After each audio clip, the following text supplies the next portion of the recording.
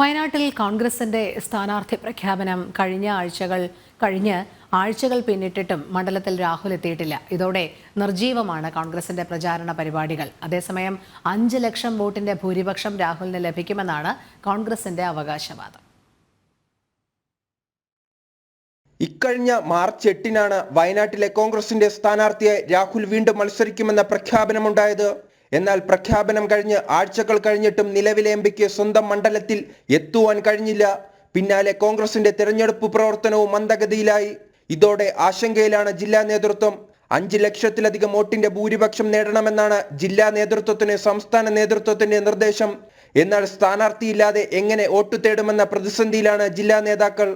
അതേസമയം BJP സ്ഥാനാർത്ഥിയായ K സുരേന്ദ്രനും CPI സ്ഥാനാർത്ഥിയായ Annie രാജയും പ്രചരണത്തിൽ ഒരു പടി മുന്നിലാണ്. ജനം, വയനാട്.